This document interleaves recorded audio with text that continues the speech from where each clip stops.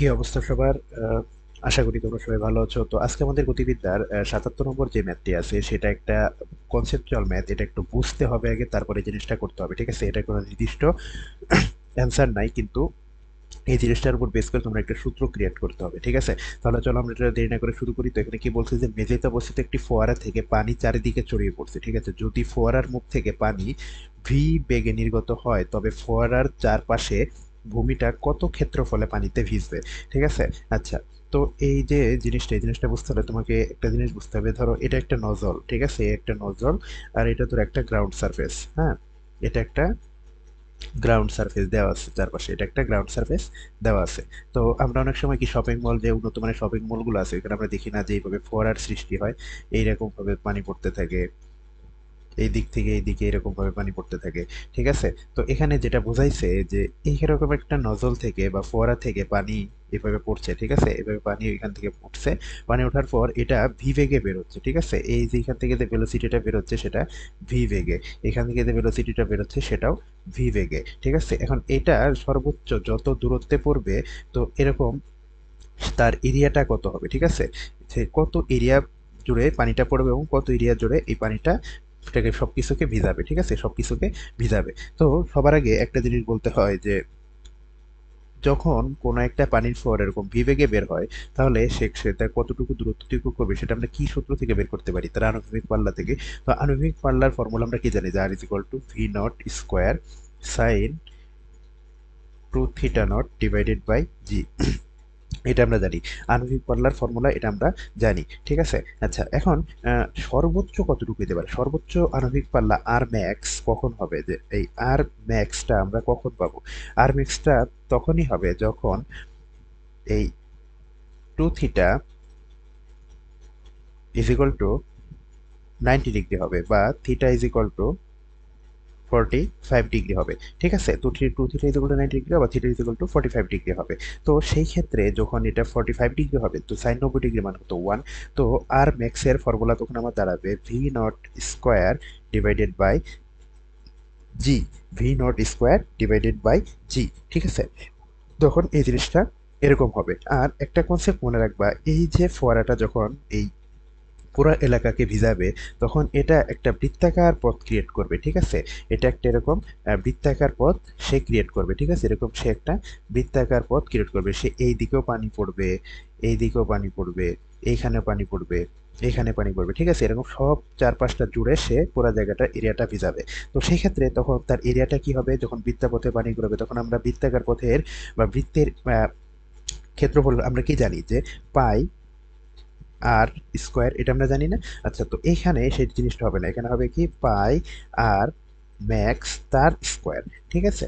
আচ্ছা, তাহলে এখানে আমরা কি লিখতে পারি? পাই ইন্টু আর ম্যাক্স এর ফর্মুলা আমরা কি জানি? যে v naught square divided by g তার হোল স্কোয়ার, ঠিক আছে? তো এখানে যদি আরেকটু সুন্দর করে জিনিসটাকে লেখো, তাহলে এখানে তুমি কি লিখতে পারবা? V naught to the power 4 divided by t square, ঠিক আছে? তো লাস্টে শেষমেশ আমরা কি লিখতে পারি? Pi v naught to the power 4 divided by g square, ঠিক আছে? এটাই হচ্ছে আমাদের অ্যান্সার।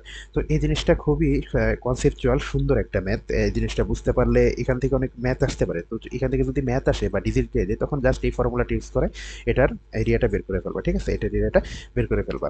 তাহলে চলো আমাদের পরবর্তী ম্যাথটা দেখি। পরবর্তী ম্যাথটা কি বলছে আমাদের? যে দেখো, পরবর্তী ম্যাথটা বলছে যে 1.25 মিটার উচ্চতা বিশিষ্ট একটি আনুভূমিক টেবিলের এক প্রান্ত দিয়ে একটি বল গড়িয়ে পড়লো, ঠিক আছে? টেবিল থেকে পড়ার মুহূর্তে বলটির বেগ ছিল 3 মিটার পার সেকেন্ড। বলটি টেবিলের নিম্ন প্রান্ত দিয়ে কত দূরত্বে গিয়ে পড়বে? ধরো আমরা ধরলাম এই একটা টেবিল, ঠিক আছে? একটা টেবিল, এইখান দিয়ে একটি বল এইদিকে গোড়ায় পড়তেছে, ঠিক আছে? এদিকে গোড়ায় গোড়ায় আসতেছে, এইদিকে সেই দিকে গোড়ায় গোড়ায় গোড়ায় গোড়ায় যাচ্ছে, ঠিক আছে? এখান থেকে তার হাইট হচ্ছে কত? 1.25 মিটার, 1.25 মিটার, ঠিক আছে? 1.25 মিটার।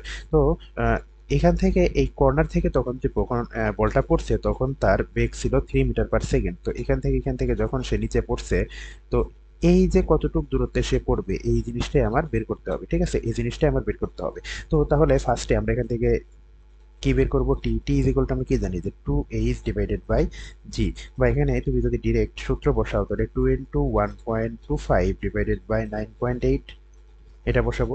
আচ্ছা, এখন আমরা কি জানি? যে x is equal to U T, ঠিক আছে? তো এর ভ্যালু কত? এর ভ্যালু দেওয়া আছে 3 metre per second into root 2 × 1.25 divided by 9.8, ঠিক আছে? এটা ক্যালকুলেশন করলে কত দাঁড়ায়? এটা ক্যালকুলেশন করলে আসে হচ্ছে 1.5 মিটার।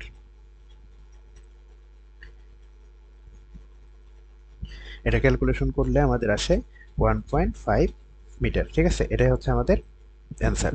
জিনিসটা খুবই সহজ একটা ম্যাথ। তাহলে চলো আমাদের পরবর্তী ম্যাথটা দেখি। তো আমাদের পরবর্তী ম্যাথটা কি বলছে, যদি ভূমি থেকে ও বিন্দুর উচ্চতা এইচ এবং টি সময় পর বস্তুটি কিউ বিন্দুতে আঘাত করে, ঠিক আছে? কিউ বিন্দুতে আঘাত করে, তবে দেখাও যে ভূমি স্পর্শ করার সময় তার আনুভূমিক সীমা R is equal to V naught root two h by g, root two h by g, ঠিক আছে? আচ্ছা, তাহলে এই কনসেপ্টটা কি? ধরো ভূমি থেকে এটা আমাদের গ্রাউন্ড সারফেস, ঠিক আছে? এটা আমাদের গ্রাউন্ড সারফেস।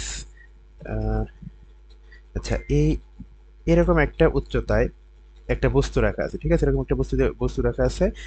ধরলাম এটা হচ্ছে ও পয়েন্ট, ঠিক আছে? আর এখান থেকে এই পর্যন্ত যে ডিস্টেন্স, সেটাকে আমরা ধরলাম এইচ, ঠিক আছে?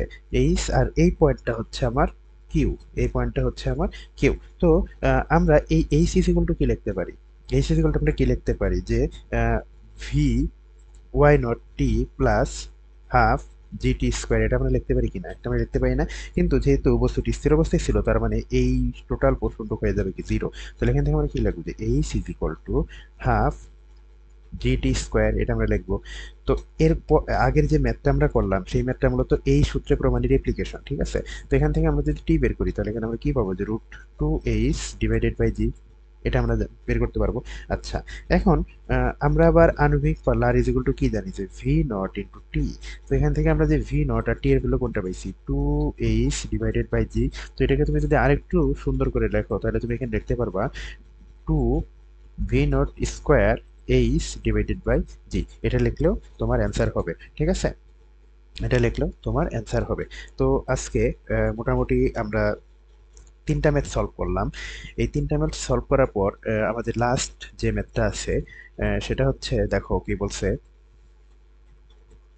আনুভূমিকের সাথে 30 ডিগ্রি কোণে ভূপৃষ্ঠ হতে 40 মিটার/সেকেন্ড বেগে শত্রুপক্ষের একটি বিমানের দিকে একটি কামানে গোলা নিক্ষেপ করা হলো, ঠিক আছে? গোলাটি 30 মিটার দূরে অবস্থিত একটি দেয়ালকে কত উচ্চতায় কত সময় পর আঘাত করবে, কত উচ্চতায় কত সময় পর আঘাত করবে, ঠিক আছে? আচ্ছা, তো এই ম্যাথটা করার জন্য আমাদের ফার্স্টে যেটা বের করতে হবে, ভি এক্স নট আমরা কিভাবে বের করবো, V naught cos theta naught. এই ম্যাথ আমরা আগেও করছি, তো জাস্ট এটা এখন একটু স্পিডে আমরা সলভ করে দেবো, ঠিক আছে? তাহলে এখানে কত দেওয়া আছে, 40 মিটার/সেকেন্ড ইন্টু কস 30 ডিগ্রি, ঠিক আছে? এটা যদি ক্যালকুলেশন করে এখানে কত দাঁড়ায়, 34.641 মিটার পার সেকেন্ড, ঠিক আছে?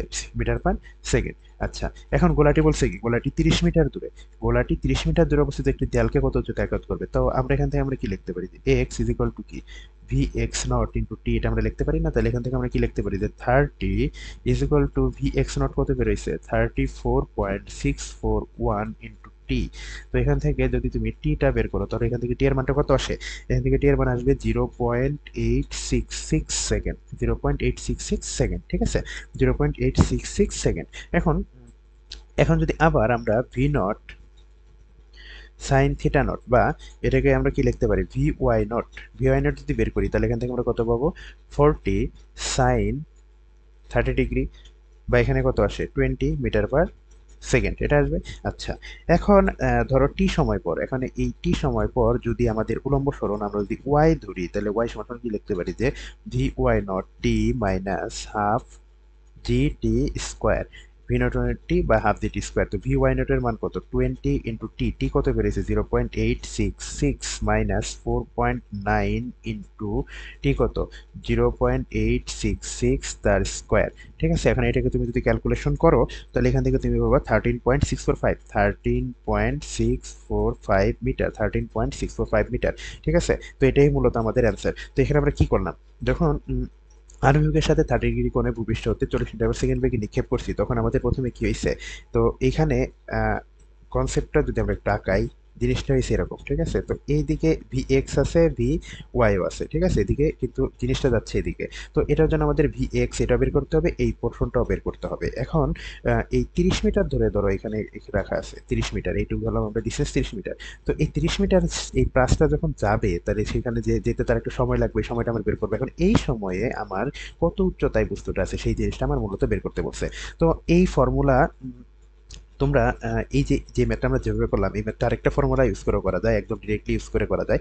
তো সেই ম্যাথটা সূত্র আমি লিখে দিই, সেটা হচ্ছে যে Y is equal to X tan theta minus G X square divided by two V naught square cos square theta naught, ঠিক আছে?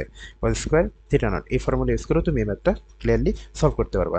তাহলে ভাইয়া দেখো আজকে আমরা যে তিনটা না চারটা ম্যাথ সলভ করলাম, এই চারটা ম্যাথই আমাদের খুব ইম্পর্টেন্ট এবং ইসাক্সের উদাহরণ, এর মোটামুটি গাণিতিক উদাহরণের যে ম্যাথগুলো ছিল সেগুলো আমি একটু বুঝাই বুঝাই করে ট্রাই করছি। তাহলে ভাই আজকে এই পর্যন্তই, পরবর্তীতে আমরা অন্য কোনো ম্যাথ নিয়ে আবার আসবো। ধন্যবাদ সবাইকে।